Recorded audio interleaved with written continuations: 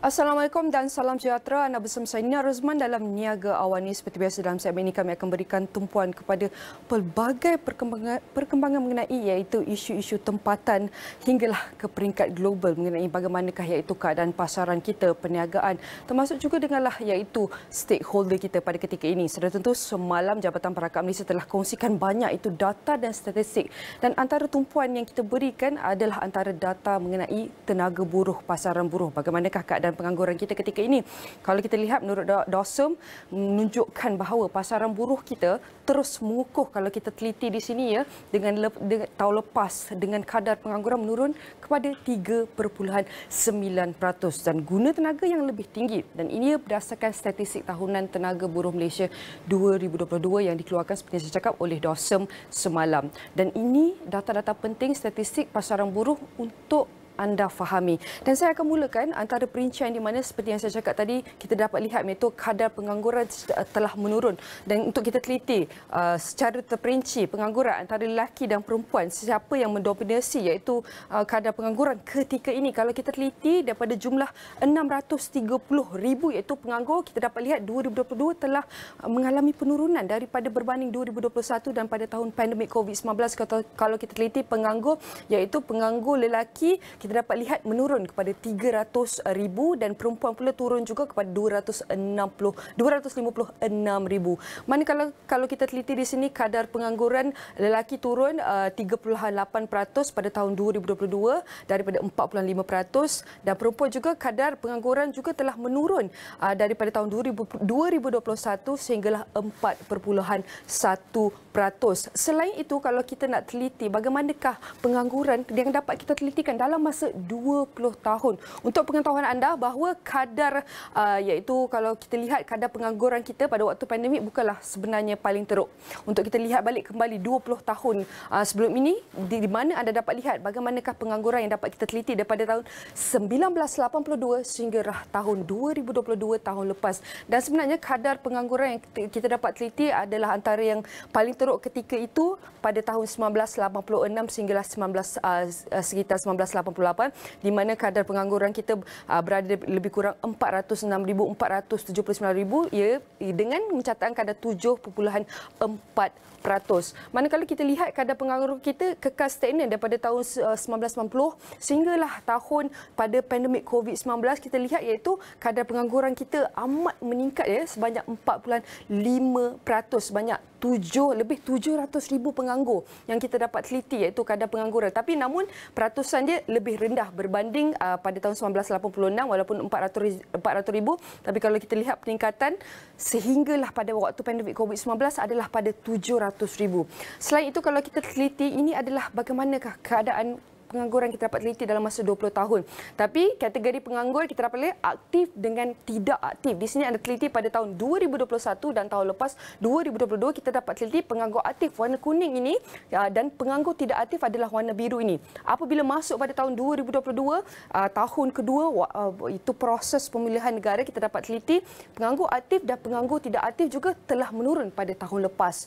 Untuk kita lihat bagaimanakah selalu berapa lamanya penganggur, kita boleh cakap ni mereka tidak mempunyai pekerjaan, dan kita teliti sini ada tempoh daripada 1 tahun lebih, 6 bulan, kurang daripada setahun, 3 bulan ke 6 bulan, kurang dari 3 bulan. Dan kalau kita teliti daripada sini iaitu 3 bulan kurang dari 6 bulan, 146,000 di sini. Kalau kita teliti berbanding 6 bulan kurang daripada setahun, kita dapat lihat rakyat Malaysia sebenarnya di sini. Kalau kita teliti rakyat Malaysia paling lama dia orang akan menganggur pun daripada tempoh 3 bulan ataupun 6 bulan kalau anda teliti di sini. Tapi lebih setahun kita dapat lihat tempoh pengangguran itu sudah menurun. Dan kalau kita lihat pengangguran belia, itu amat penting. Kalau kita teliti pada tahun 2022 tahun lepas, kita dapat lihat itu kadar pengangguran belia kita juga sudah menurun di sini, iaitu hampir mencecah pada waktu pandemik di sini. Kalau anda teliti ya, di sini warna oranye ini adalah kadar pengangguran umur 15 hingga 24 tahun. Ini adalah 15 hingga warna biru adalah 15 hingga 24 tahun. Kalau anda teliti warna oranye ini, kadar pengangguran daripada umur 15 hingga 24 tahun 73% pada tahun 2022, dan kita teliti pula pada waktu pandemik 2019. Kita lihat kumpulan umur berumur 15 hingga 24 tahun telah mencatatkan 6.7%, iaitu hampir sama dengan 2022. Kita hampir menyamai kadar pengangguran yang hampir sama pra-pandemik. Dan ini adalah antara data yang boleh saya kongsikan mengenai pengangguran. Tenaga buruh kita juga sudah meningkat daripada 15 juta hinggalah 16 juta tahun lepas. Dan tenaga buruh di sini anda teliti untuk masa 20 tahun, pada tahun lepas 69.3% itu adalah tenaga buruh paling tinggi yang kita dapat saksikan di Malaysia dalam tempoh 20 tahun. Dan kita lihat luar tenaga buruh yang keluar selain kita dapat teliti iaitu lebih kurang 7.11 juta pada tahun 2022, sedikit penurunan daripada tahun 2021. Dan kita lihat luar tenaga buruh untuk lelaki mereka juga mengalami penurunan kepada 2.16 juta pada tahun 2022, manakala perempuan iaitu kekal pada tahun 2022 4.95 juta sama dengan tahun 2021. Dan kita lihat apakah sebab mereka menjadi luar tenaga buruh, dan kita lihat ini sebab utama adalah kerja rumah dan tanggungjawab keluarga paling tinggi itu. Lebih 40%, dan inilah antara sebab kita lihat tadi iaitu luar tenaga buruh didominasi dan kekal ada dalam kalangan wanita. Dan kali kedua antara tiga adalah masih belajar. Ini adalah antara yang kita dapat teliti bagaimanakah iaitu peratus sumbangan penduduk luar tenaga buruh mengikut sebab tidak mencari pekerjaan adalah sebab kerja rumah, tanggungjawab keluarga dan masih belajar yang berada lebih kurang 44%. Warna biru ini adalah tahun 2022, yang bawah biru pekat sikit ini adalah tahun 2021. Saudara, tentu kita nak lihat bagaimanakah kadar pengangguran ini untuk kita lihat bagaimanakah cerminan. Saudara, tentu ia kelihatan ekonomi kita kelihatan semakin sihat. Dan kita akan bawakan tetamu kita yang sudah bersedia dalam talian merupakan pengarah program MBA Putra Business School PBS, Profesor Madya Dr. Ahmad Rozman Abdul Latif. Saya nak ucapkan terima kasih Dr. Rozman kerana sudi meluangkan masa bersama kami. Sudah tentu antara data yang telah saya kongsikan tadi, kalau kita dapat lihat kadar pengangguran belia 15 hingga 24 tahun kita boleh teliti meningkat pada tahun 2022. Apa yang kita boleh teliti, apa langkah yang boleh diambil oleh kerajaan untuk mengatasi peningkatan kadar pengangguran dalam kalangan belia, dan bagaimana kerajaan merancang untuk kita boleh cakap tingkatkan lagi peluang pekerjaan bagi golongan belia ni dengan kita lihat inisiatif ekonomi madani dan pelbagai lagi. Bagaimana doktor? Ya Nina, apabila kita melihat pola kadar pengangguran terutamanya semasa pandemik sehingga tahun 2022, apa yang kita lihat dari segi sudut positifnya, kadar pengangguran telah menurun, jumlah penganggur telah menurun daripada 21 ke 20 itu satu perkara yang positif dan bertepatan dengan pembukaan semua sektor ekonomi sejak tahun lepas lagi. Dan apabila kita bayangkan sektor ekonomi kembali dibuka, pertumbuhan Malaysia juga mencatatkan pertumbuhan yang positif pada tahun lepas, bermakna lebih banyak aktiviti ekonomi berlaku. Majikan-majikan yang sebelum ini telah mengecilkan saiz perniagaan mereka, telah mungkin memberhentikan sebahagian pekerja mereka akan mula mengambil kembali pekerja. Itu sebab kadar pengangguran turun. Tetapi keutamaan kepada majikan ini, mereka akan lebih cenderung mengambil pekerja yang berkembang. Itu sebab kita lihat, ataupun yang telah mempunyai pengalaman bekerja. Itu sebab kita lihat dalam statistik itu,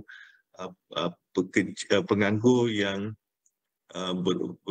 berumur 25 ke atas, bilangannya makin berkurangan. Ataupun kalau kita nak sebut lebih senang, pekerja yang berumur 25 tahun ke atas itu menjadi pilihan majikan kerana mereka sudah punya pengalaman kerja.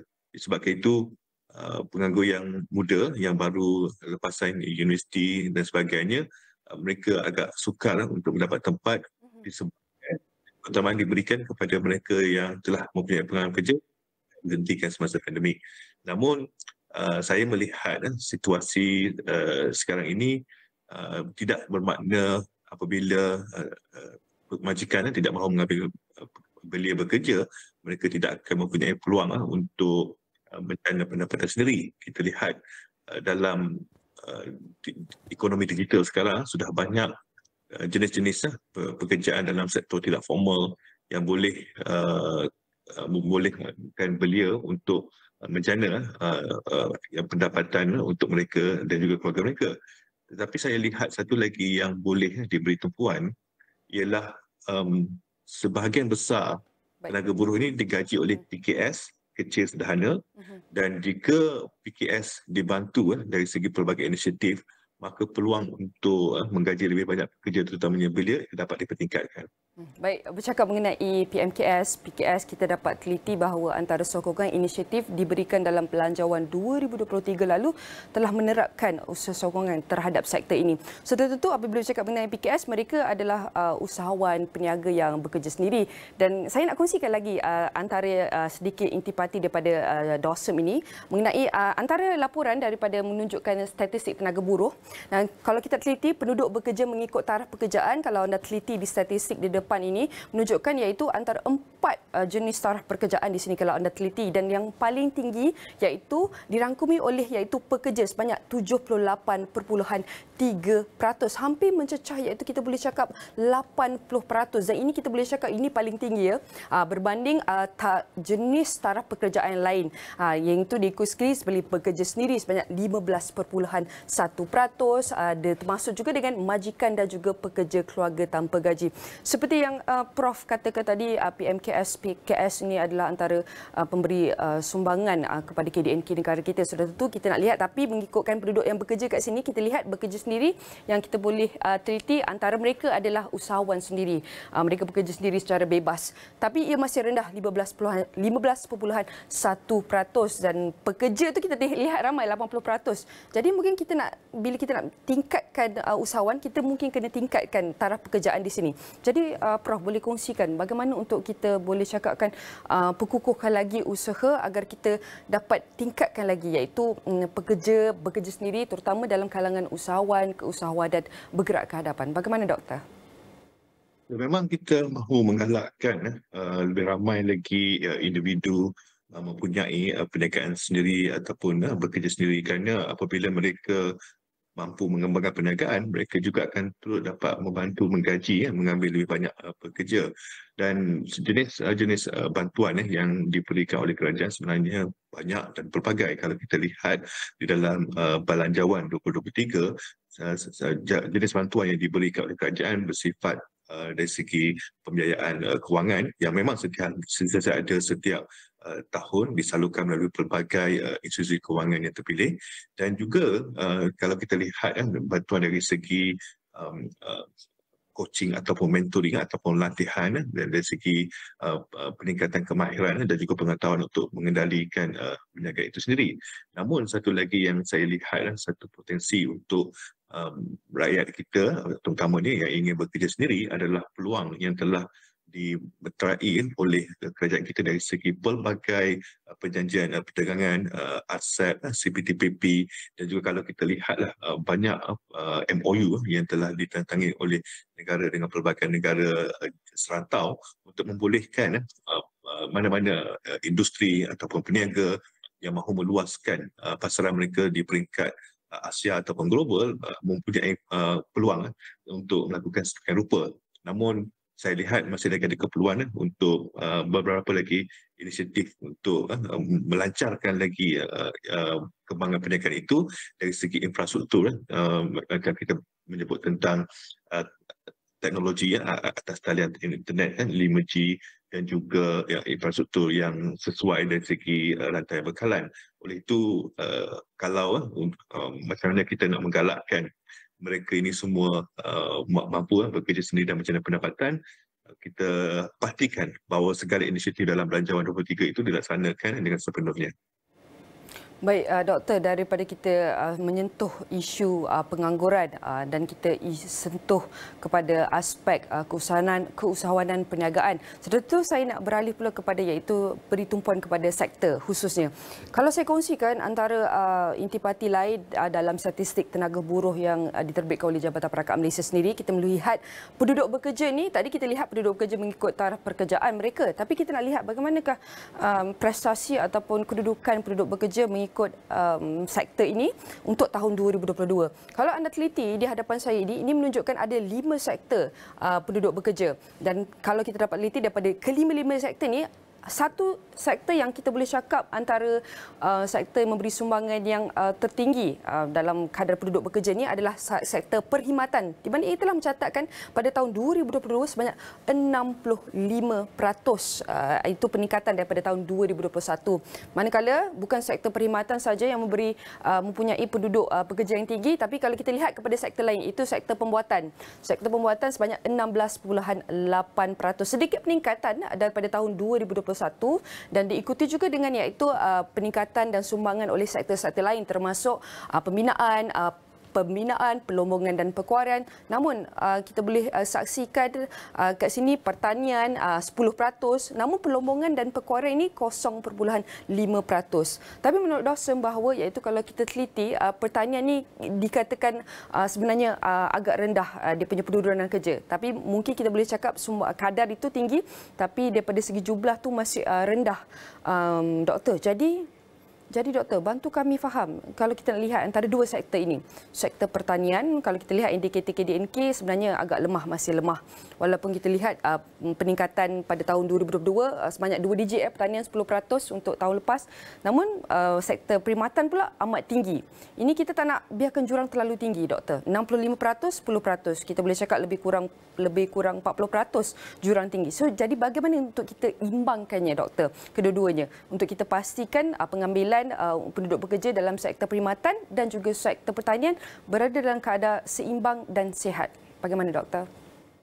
Ya, saya setuju dengan kerisauan ini. Sektor pertanian itu harus diberi keutamaan. Kita sudah ada dasar agromakanan 2.0, sudah banyak tindakan telah dirancang yang perlu dilaksanakan dan ianya harus diberikan tumpuan kerana kita masih lagi merupakan negara pengimport bersih makanan. Dan kalau kita lihat dari segi sekretari makanan amat penting untuk memastikan kita mampu berdikari, mampu menjana makanan sendiri, kerana apabila kita lihat dengan situasi ringgit yang masih tidak menentu berbanding US dollar, import makanan itu menjadi lebih mahal dan saya melihat kos mengimport makanan akan terus kekal meningkat saban tahun yang menyebabkan kos sara hidup rakyat juga akan meningkat.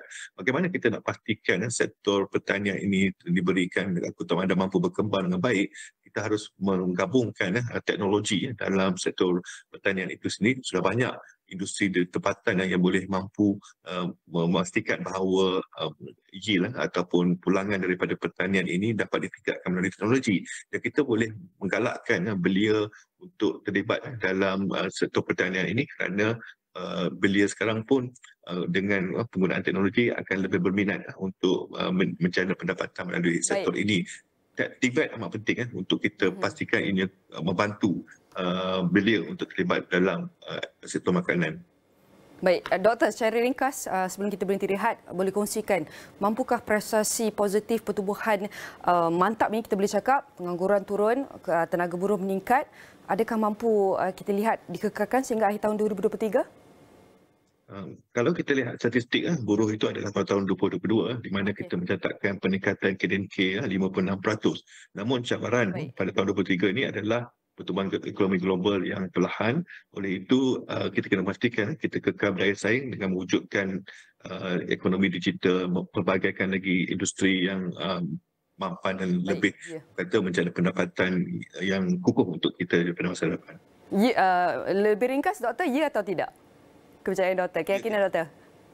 Saya kekal positif. Kekal positif. Saya harap, saya pun kekal positif dan harap penonton kita yang sedang menyaksikan ini pun kekal positif bergerak ke hadapan saudara itu. Kita berharap pasaran buruh kita kekal positif dalam masa jangka panjang demi kita kelangsungan ekonomi dan juga rakyat. Dan saya ucapkan terima kasih kepada tamu kita, pengarah program MBA Putra Business School PBS, Profesor Madya Dr. Ahmad Rozman Abdul Latif, dan semuanya akan kami rangkumkan dalam astrawani.com, semua platform digital Astro Awani.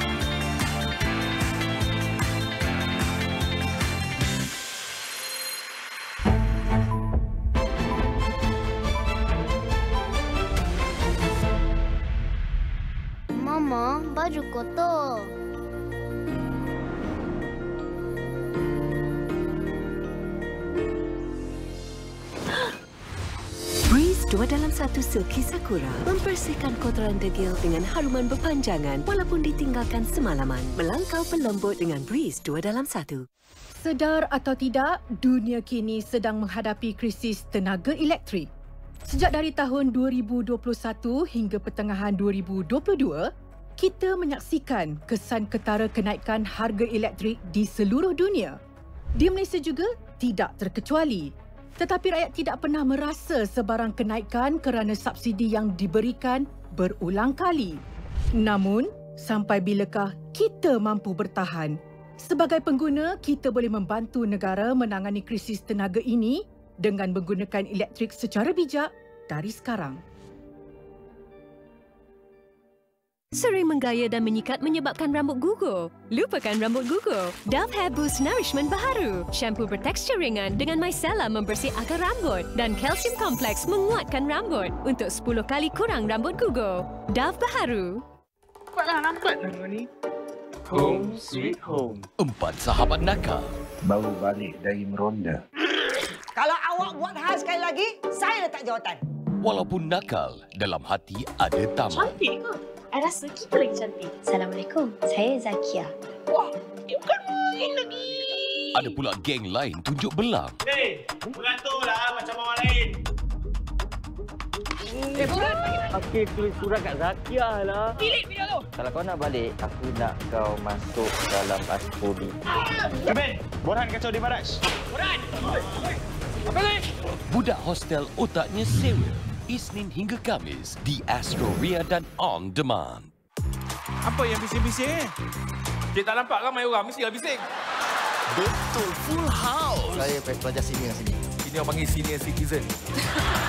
Anak tahu persamaan anak dengan Tumpuan. Apa dia? Dua-dua lembik dan berbau. Lepas siap kalau dah pergi muda. Jaga SOP. Bersama artis jemputan Zarina Anjoli. Sepatu reunion live di Astro Warna dan Astro Go. Awak tu bukan tengah sibuk dengan awet-awet awak tu. Awet. Awet dah tak ada. Yang kaki-kaki Kiki semua dah tak ada dah. Sekarang ni saya single. Merewang keluarga Pak Awang. Sewa dan stream on demand atau sila ke saluran 480. Tell him it's time. Apabila kita mencari penyelamat, We're going to take back our city. Someone has to start fighting back. ada sifat hingga dalam diri kita semua. I'm ready. One of these is smart. None of you got it. Perlu sentiasa bersedia. Warrior. Stream ke semua musim bila-bila masa di Ultrabox, di mana juga dengan Astro Go. Astro Baharu, tak macam dulu.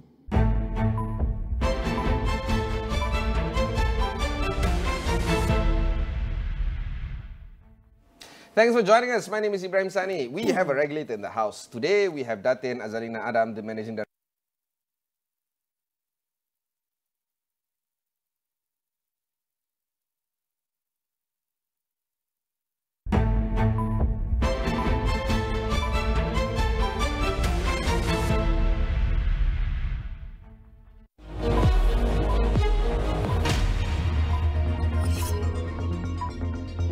Penyedia rumusan teknologi serantau Infomina Berhad mencatat keuntungan bersih RM8.3 juta dalam suku keempat tahun kewangan 2023, sementara pendapatan kumpulan berjumlah RM57.5 juta. Pendapatan bagi suku tersebut disumbangkan terutamanya oleh segmen operasi infrastruktur teknologi, penyelenggaraan dan perkhidmatan sokongan yang merangkumi RM42.1 juta atau 73.3% daripada pendapatannya. Tekanan inflasi dan kelembapan ekonomi global dijangka tidak menjejaskan DXN Holdings Berhad untuk terus mencatatkan pertumbuhan positif.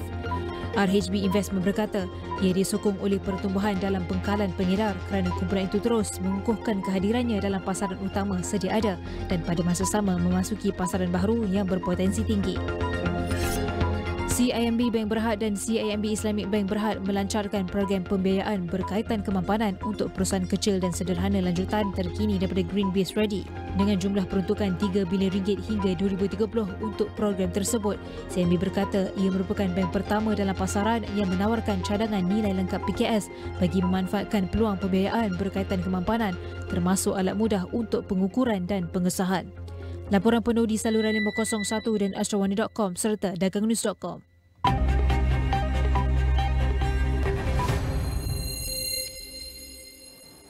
Pakatan Harapan dan Barisan Nasional menawarkan sebanyak 100,000 peluang pekerjaan bergaji tinggi kepada orang muda Selangor menerusi tawaran Kita Selangor 5 tekad untuk 5 tahun. Pengerusi Pakatan Harapan Selangor, Datuk Seri Amiruddin Syahri berkata, ia antara 14 tawaran yang terkandung dalam kerangka ekonomi unggul dan pendidikan berkualiti pemangkin peluang pekerjaan berpendapatan tinggi. Saudara, saya tidak cakap kosong. Daripada tahun 2018 sehingga 2023 awal, berapa banyak yang telah kita tawarkan pekerjaan? 89,000 peluang pekerjaan lahir daripada usaha tekad industri dan pentadbiran negeri Selangor. Dengan rancangan Selangor Pertama, dengan garapan pengalaman baru, dengan dasar baru sebagaimana yang diumumkan oleh Menteri Ekonomi, 100,000 peluang pekerjaan ini adalah sangat realistik dan kita yakin boleh tawarkan 100,000 peluang pekerjaan untuk anak muda 5 tahun yang mendatang. Beliau berkata demikian ketika melancarkan tawaran Kita Selangor 5 tekad untuk 5 tahun di Dewan Raja Muda Musa Isnin malam. Selain itu, Amiruddin berkata, gabungan itu menawarkan latihan teknikal dan vocational TVET bagi 10,000 orang muda Selangor dengan kerjasama bersama syarikat teknologi tinggi. Dalam masa sama, meluaskan skop peserta program tuition rakyat Selangor percuma kepada pelajar sekolah rendah dan menengah dengan sasaran 200,000 peserta. Turut ditawarkan bantuan mahasiswa Kita Selangor berjumlah RM1,500 kepada setiap mahasiswa. Jika PHBN diberikan mandat pada pilihan raya negeri 12 Ogos depan, beliau menambah peluang latihan industri diberikan dengan bayaran RM1,500 sebulan bagi 2,000 orang anak muda Selangor.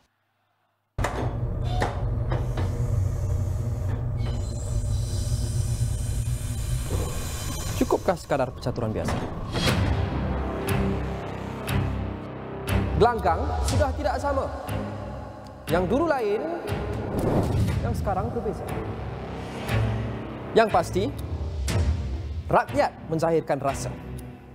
Bersulap rasa. Setiap langkah mengundang.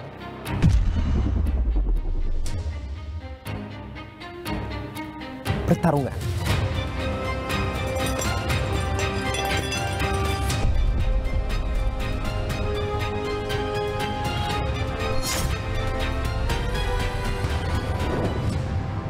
Enam negeri cuacanya tidak sama.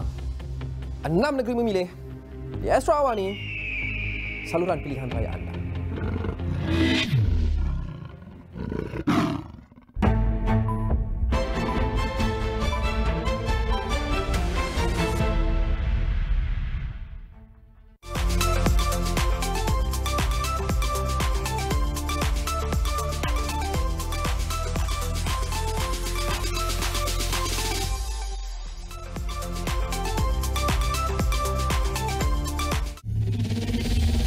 Musim baru bermula, Mekah.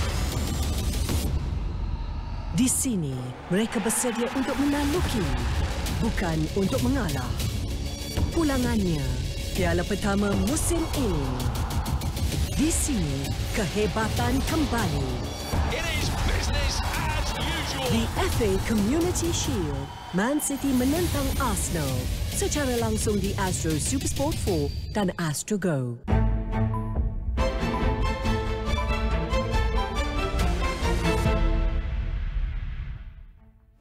Thanks for joining us. My name is Ibrahim Sani. We have a regulator in the house. Today, we have Datin Azarina Adam, the Managing Director of Securities Commission. We're going to be talking to her about the issues related to the capital markets, but more importantly, in terms of how talent development and talent pipeline is going to be managed in this particular sector. Datin, thanks very much for taking the time to speak with us. It's always a pleasure speaking to the Securities Commission. Let's do a quick recap in terms of where we stand when it comes to the capital markets development in Malaysia before we jump into this whole idea of talent challenges that is, I don't know, plaguing the capital market sector, perhaps, if I could use the word. The developments of capital markets right now. I think right now, as you can see, we've had great growth in the past 10, 20 years, and we've enjoyed all of that. But it is challenging times for us, as in with many other markets as well. Both post-COVID, the change of new normals in most markets. So Malaysia is no exception. We are going through that right now, and I think that's where it comes back to the issue of what are the new challenges that we're having to face. One of it is actually talent that may not have been so discussed in the past. But right now it's quite front and center. Talent, technology, thought leadership. These are all the new conversations that have come in. Let's deep dive into that, because the way I look at it is we have so much like talented young workers that are entering the workforce. Yeah. They are extremely proficient in terms of how to solve a problem. Yes. They are not pencil pushers. But at the same time, this brings about that whole idea of them not wanting to do stuff that we had to do back when we were younger. Yeah. So how do you manage this generational friction in terms of wanting to have these kind of talents in institutions like the SC versus their own needs and wants, which is quite different from what we were, I guess, used to? I think to what you speak to, that is real. The fact that the expectations have changed, especially in the young generation. One key one that we see is the thinking around the work from home, right? The flexibility. And I think institutions, almost all institutions, have to grapple with how do they see that. So SC, for example, in particular, we are allowing the hybrid environment where they can come in and have an arrangement. So I think organizations will have to adjust and be agile. But at the same time, I think it's also important to inculcate correct values in the talent, the young talent. To be able to see what are the important things that they must pick up correct technical and competency know-hows. I think that's important. They cannot rush through their career. So I think it's trying to find the balance and working at it, probably being more involved, just like what we have in this program that we have. It's very unusual for Securities Commission to be so involved in the talent development portion. No, let's talk about the program. It's called Invested. Maybe we can talk about a little bit more to that effect. Yes. Invested is a very unique program. I think I've never seen that happen in the capital market, being in it for over 30 years.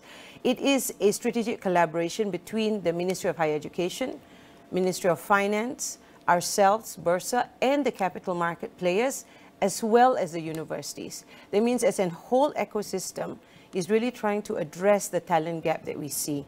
So it's always been, okay, the SC takes care of who we need, the industry takes care of who they need, and now we're having to bring all this together because the problem transcends the institutions, it transcends its gaps between knowledge, skill sets, skill gaps. So I think that's where it's very, very unique. So we're quite hopeful that this would work. I would like to argue that the SC is a little bit more progressive in terms of how you guys approach capital markets, at least when we talk about some of the regional partners that we have. Now, I'm not trying to disparage some of the capital market partners in the region, but you guys are a little bit more aggressive in terms of approaching new things, sandboxes like new regulations, facilitating the kind of new forms of financial instruments. Many of those are actually quite progressive.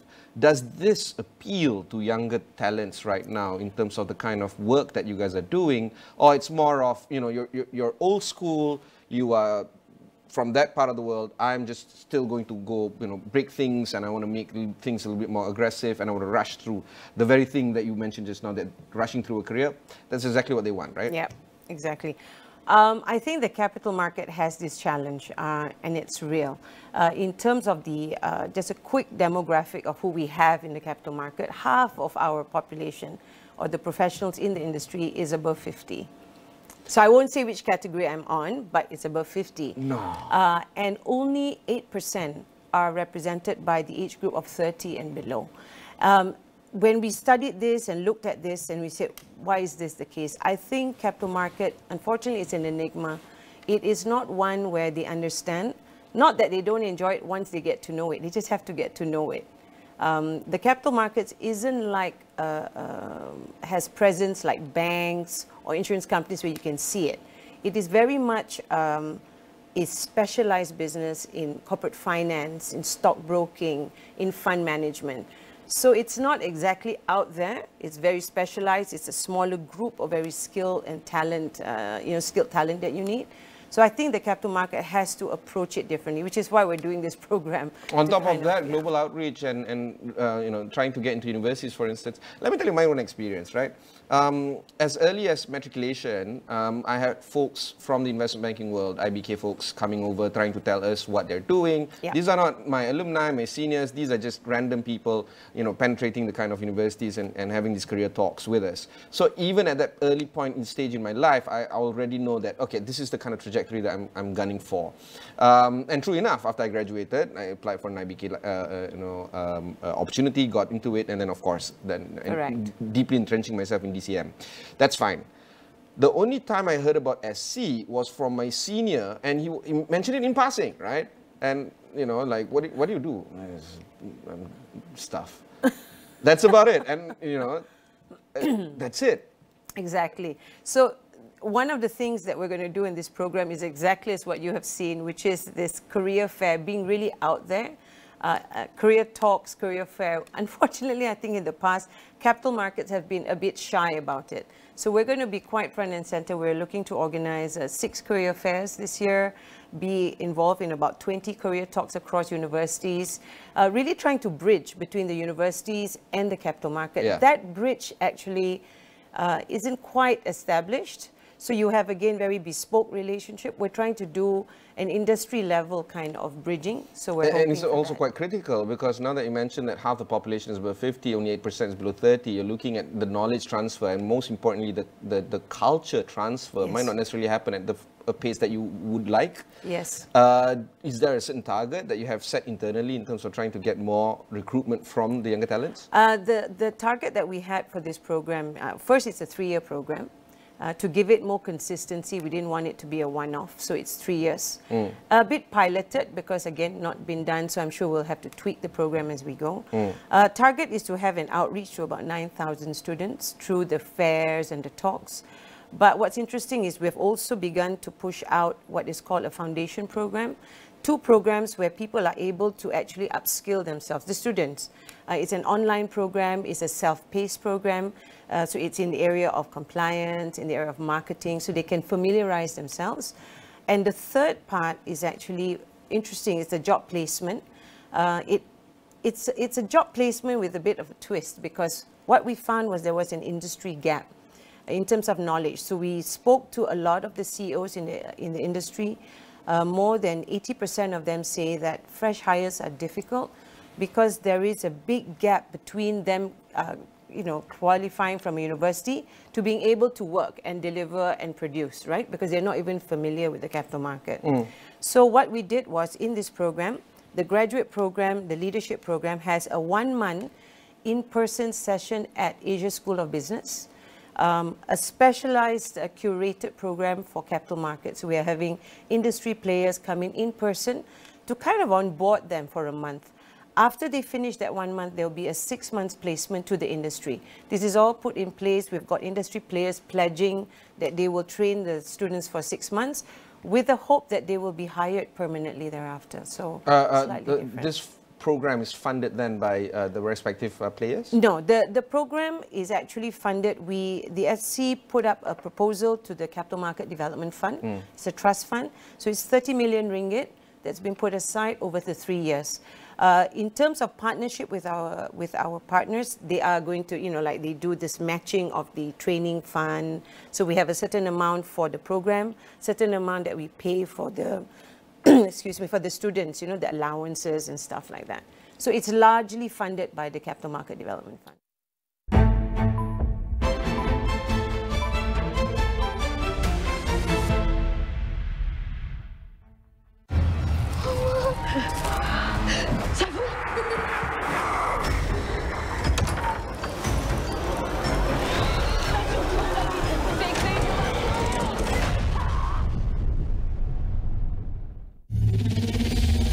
Musim baru bermula, Mekah. Di sini, mereka bersedia untuk menaluki, bukan untuk mengalah. Pulangannya, piala pertama musim ini. Di sini, kehebatan kembali. It is business as usual. The FA Community Shield, Man City menentang Arsenal. secara langsung di Astro Supersport 4 dan Astro Go.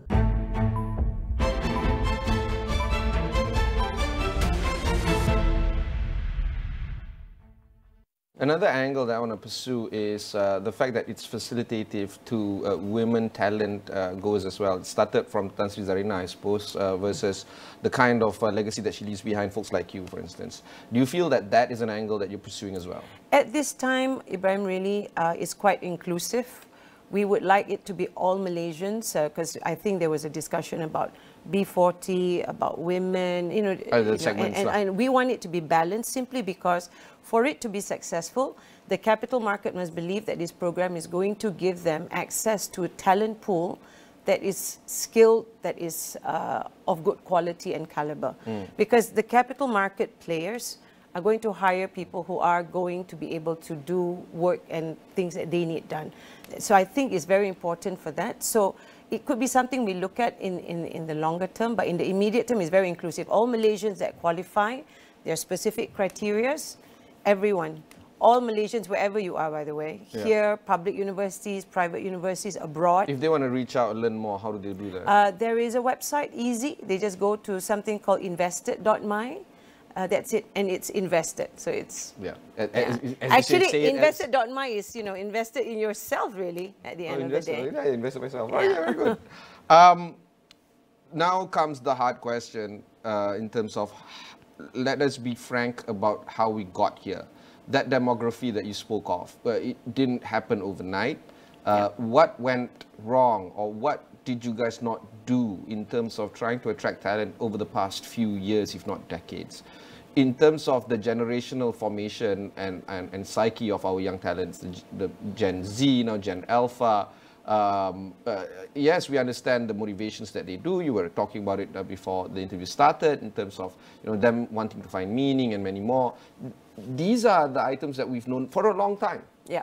So what did the SC not do over the past few years and resulting in you having to do aggravated activities like now? I think one thing that everybody felt, and I think this is across the industry, you're right, everyone knows that there's a kind of talent shortage. Maybe there was a little bit of a short-termism in many of the players where, rather than train, I will just go ahead and hire someone, And I think that for a very long time in the chase for just growth, as opposed to sustainable growth and things like that, where you're investing in talent, was probably why we kind of got ourselves into this bind a little bit. And we're not unique. This global deficit that you're seeing in terms of talent is worldwide. Okay. There is a report by Conferry in 2019 that projected in 2030 there'll be 85 million shortfall in skilled talent. Well, in this space? Globally across all economies. For the financial sector, about 10 million shortage globally. Okay. So everyone, not just Malaysia, will be facing this talent. In fact, I spoke to someone just earlier saying that this is a problem everywhere. So Malaysia now has to deal with the fact that we are going to be having to compete for Malaysian talent with employers abroad as well. So gone are the days where we think that the Malaysian talent is solely for the Malaysian corporates. That is no longer the case either. But, I'm a half glass full kind of guy. This also brings about that possibility of high growth potential for the talent? Yes. Because, the skies are a bit clear. Absolutely. And therefore having to raise that conversation. Both corporates also have to change to look at how they build talent pipeline. They cannot just look and say, I just want to pick when they're all good and ready. There must be some investments there. It will provide the opportunity for growth for talent, Malaysian talents that are probably in high demand. But it also then requires corporates to, pivot, to be thinking that they are competing for global talent. I think you've seen that in some conversations. Finding purpose and meaning is one thing. Millennials also, Gen Z. Millennials is me. Yes. The Gen Zs and the Gen Alpha is also looking at high compensation rates. Yes. Do you feel that that is a possibility now, considering that 85 million shortfall by the report by Conferry, with the advent of AI, with the advent of automation, do you really need that many people in this sector? I think there will be balance. I think there will be somewhere in the middle. I think the expectation of just going to just higher compensation no matter what, quickly, like you say, they're always in a rush. and also the advent of digitization, I think there'll be something in between that will be the final landing. I don't think it's sustainable to just want to, have higher salaries, and, I think there's got to be reasonableness in terms of where it finally lands. Okay, how do you think you can find that sweet spot, the equilibrium of reasonableness? I think in the end, companies will have to be sustainable themselves as a company. Yeah. So they will have to find that if they're not paying at the right price point, they're going to lose good talent. So they'll have to do, but they, of course, are not going to be. And one of the solutions will be looking at alternative, whether it's digitization. So I think companies will be able to find. It's just probably we're in transition everywhere that you're seeing. Another area of concern is on building a sustainable pipeline throughout the next few years. It's you did mention 9,000 over the next 3 years. There is this program that you're executing, and you're trying to pivot or tweak as need be. Yes. But it's also important for us to look beyond the horizon, beyond the 3 years, beyond the 5 years. What's next in terms of trying to build a sustainable pipeline so that you don't get caught in the same spot twice over 1 decade? Yeah. I think that there is a lot. What we've seen at the SC is we have many counterparts as well as the capital markets. I think people are beginning to realize that there is a need to actually invest longer term into talent. So we're hoping that the talent program that we have, which is invested right now, is going to actually spur more of such kinds of programs to make sure that it's, it's not just a one-time 3-year program and it's the end. Of course, we want it to continue to be almost somewhat institutionalized as a nation if possible, but also more importantly for companies to realize and do it on their own and realize that they need to actually run a proper talent pipeline, invest a lot more. And I think, and you see that in many developed nations, that people actually invest in talent for a long time. Okay, let's talk about the triple helix model or the quadruple. Now we're talking about the relationship of academia, regulators, and industry players. This program seems to be touching that triple helix model. One thing that I haven't touched on is the academia side. How has the response been in terms of the reception at universities that you're working with? And perhaps do we really need to look at just the tier 1 universities or just any type of institutions of higher learning? Number one, the Ministry of Higher Education is very supportive. In fact, for our realization, we didn't realize that was the most effective way to reach out to the universities. Because traditionally, whenever we did our programs, we went to every single one universities, as in when we wanted to do instead any of the program. ministry. Instead of the ministry. So it's been very helpful, number one. The universities have also been hungry for interaction with the capital markets, and they are also trying to navigate how best to reach out to the industry, again, on a very bespoke basis. Okay. So I think both sides are realizing that there is definitely strategic value in connecting the two at talent level. I think there's a lot of discussions in other types of collaboration, research or stuff like that, but at talent level where we connect the industry to the talent, where the bridge is built between the universities, the capital market players, the ministries, that I think is quite unusual. And again, I've been in the industry a long time. Yeah. It's okay. I mean, that only brings about wisdom, I suppose. Yeah. Another frank question that I want to ask, or a hard question that we need to answer, is that youth unemployment rate, while it has decreased to 11.7% since the previous year, nevertheless, the last 2 years, it did record a significantly higher unemployment rate than preceding years. Yeah. And benchmarking us against some of our peers, we are one of the highest in terms of youth unemployment rate. Total unemployment rate is pretty low, but youth unemployment rate is very high. You are not the first person that comes on the show and talks about the idea of needing younger talents to join the workforce, especially this sector or industry. The only conclusion that I can make right now is that we are not training our youth in the skills that is needed by the market. That's how you get that whole 12% unemployment rate. Yeah. Business owners, they come in arguing the same thing, i.e., I want youth that is a little bit more attuned to working with machine learning, ability for us to code better so that when we input into the AI scripts, it's the thing that we want to be outputted.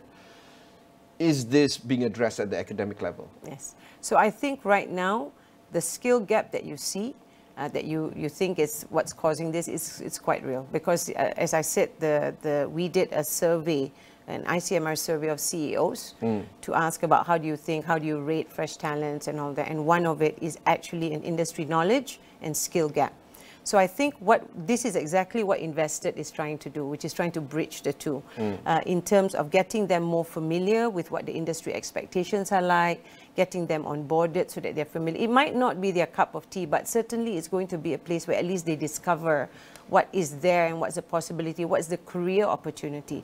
A classic case I'll show you is that a lot of people think the capital market is dealing in shares and that's it. Oh, dealing, okay. Yeah, dealing in shares. Yeah. So, no, but there's a problem I'm dealing with. Okay. No. Okay. But the industry is so varied. You've got corporate finance, investment banking. You were in debt, capital markets. You've got fund management. You've got research, and now technology is a very big part as well. AI, machine learning to try and use all the different instruments. We've got digital platforms that do this. But I think there's just not familiarity. And to that, I think the capital market players, regulators like ourselves as well, must take responsibility. I think we haven't been as much out there to tell the younger population that this is what this industry is like, how it's changed, including the universities as well. We've just kind of evolved in our space. So but better late than never, I would argue that. I know. I'm very hopeful with this program. Okay.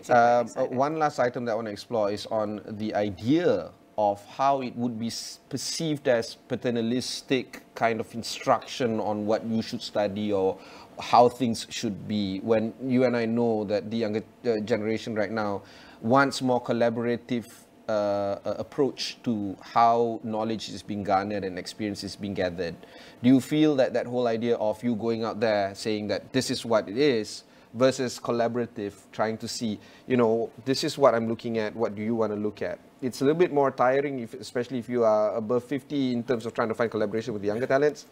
But do you think that is the case where, you know, they just shut down? I don't want to deal with you because you're... No, I think we've gotten good responses for all of the programs. I think if at all, the fact that the programs are offered and it's easy for them to sign up to and to test it out and explore, I think that's critical. I think, to be fair to the youth, they're not close to the idea. It's just that, you know, they don't want to navigate the stuff like the way we used to. So we actually have the website for them to go to, their social media presence. So for them to discover and see what it is that they like, which programs it is that they like, you know. So I think it's first important to get them to be familiar and get to know us a little bit more. And then, you know, then they can decide whether this is something that they want. And of course, this also brings about that whole idea of how culture can be, in a way, quickly transferred to the talents that you have gathered. Yes. Is that part of the program in terms of Invested? I think not so overtly in terms of culture, but certainly in terms of the 1 month that they would be there, there'll be a lot of discussion, because one of the things that has been kind of shared in terms of the gaps is actually the ability for them to present, their interpersonal skills and stuff like that. So it will be built in not such an overt fashion into the program, but that's the hope as well, to try and build a bit of that confidence, a bit of that familiarity. My final question is on wisdom. A regulator does not break things. They approach things with caution. The industry might not necessarily like it, but that's why you need guardrails when you deal with something such so important like the financial industry. And with the problem of not being able to enter the office, you know, Monday to Friday, 8 to 5, this whole idea of always on culture in terms of Zoom, whatever, Microsoft Teams, can that wisdom transfer be done? I'm not talking about knowledge transfer, I'm talking about or culture. That wisdom, especially when you look at a regulator such as the Securities Commission, sometimes it's not written anywhere, but that whole idea of somebody elder telling you, you know, this is how I should view things, that's key, and that can only happen at the corridors of the office. How is that being done?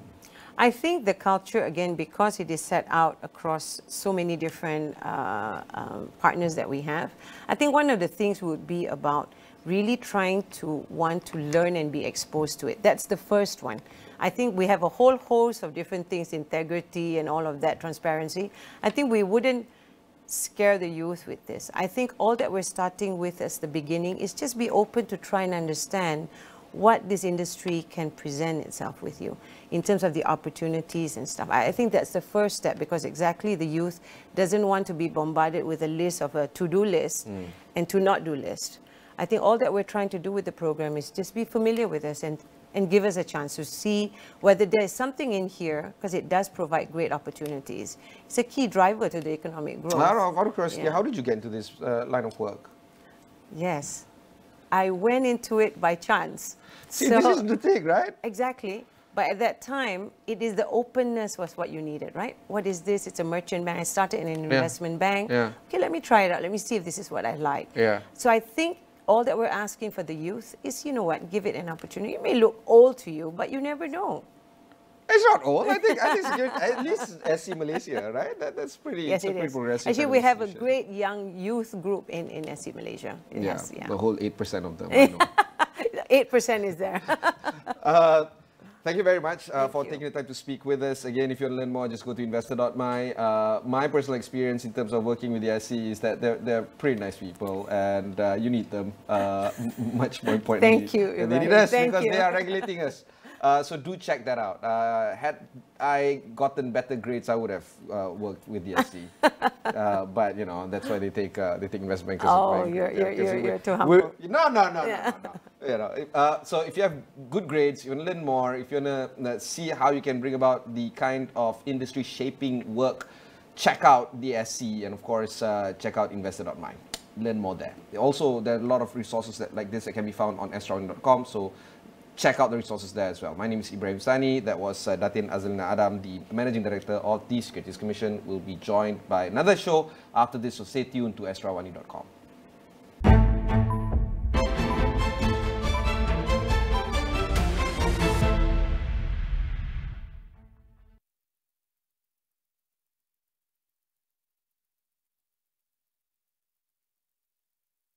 What type of complaints can be lodged against PDRM under the IPCC framework?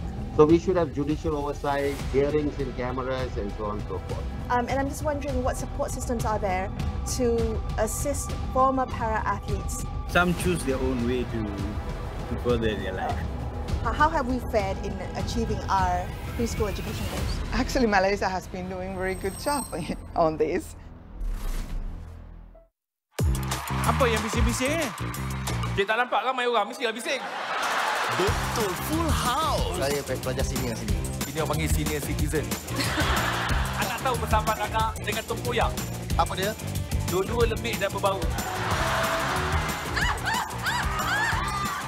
Lepas siap kalau diabetes. Dah! Jaga SOP.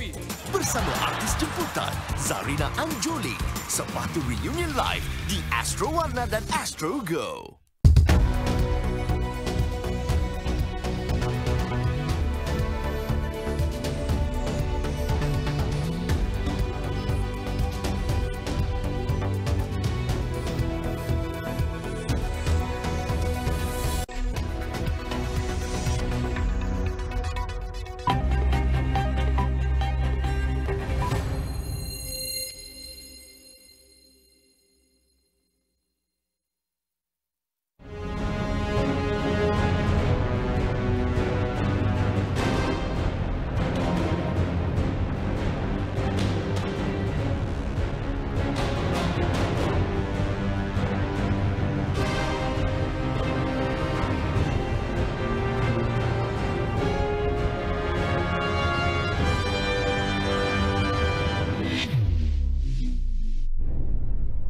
Assalamualaikum dan salam sejahtera Buletin Awani pada jam ini bersama saya Fahmi Izzuddin, dan kita mulakan dengan perkembangan.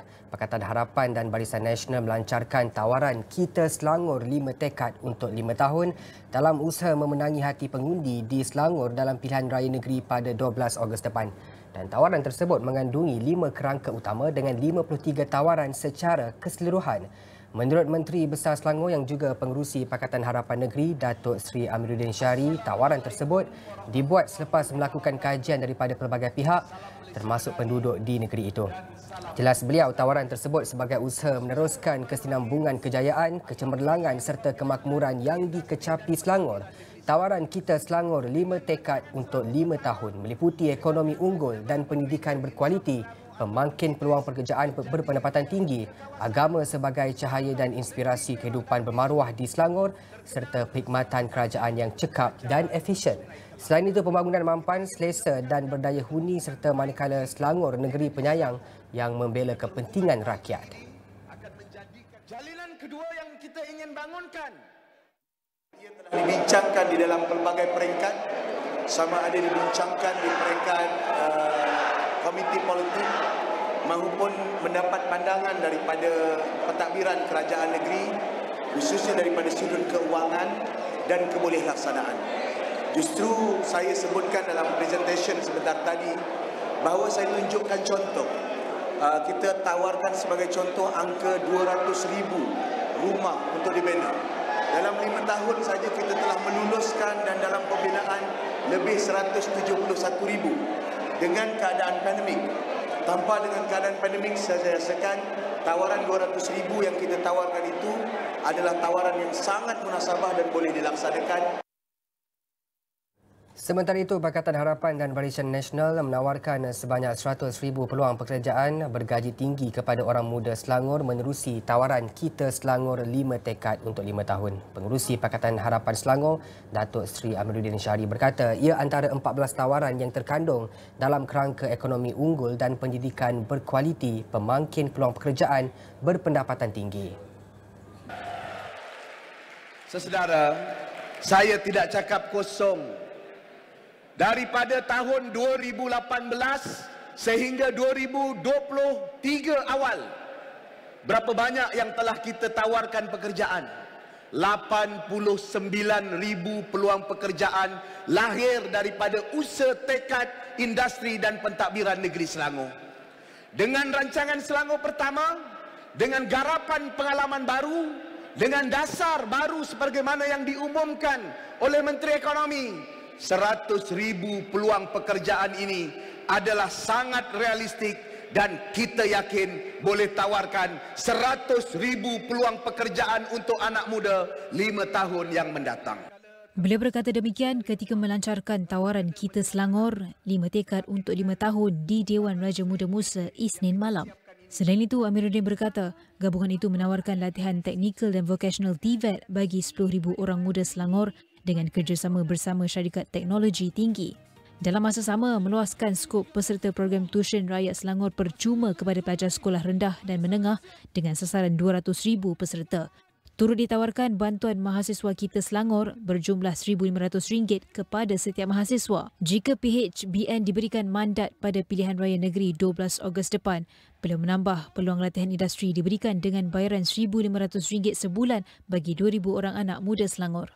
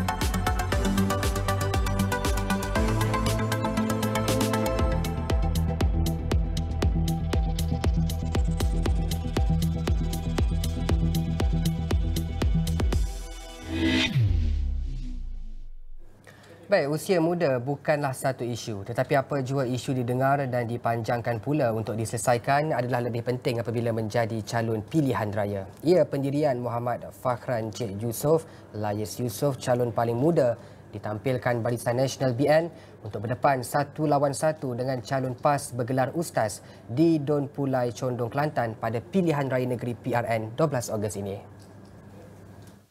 Masih muda, baru berusia 26 tahun dan bujang pula, Muhammad Fakhran atau An merupakan usahawan terlibat dalam bisnes membasuh kereta, pertanian dan juga seorang kontraktor kecil-kecilan. Anak muda ini memperjuangkan isu berkaitan peluang pekerjaan dan perniagaan untuk anak muda dalam kempen PRN di Kelantan kali ini. Anak muda dahagakan peluang pekerjaan. Okey, anak muda perlukan peluang pekerjaan untuk menjaminkan hidup mereka di masa depan. Demi anak cucu mereka dan mereka perlukan pekerjaan. Tapi bila tiada peluang pekerjaan di Kelantan ataupun di Dum Pulai Condong, mereka terpaksa berhijrah ke luar negeri untuk melangsungkan kehidupan mereka. Mereka tidak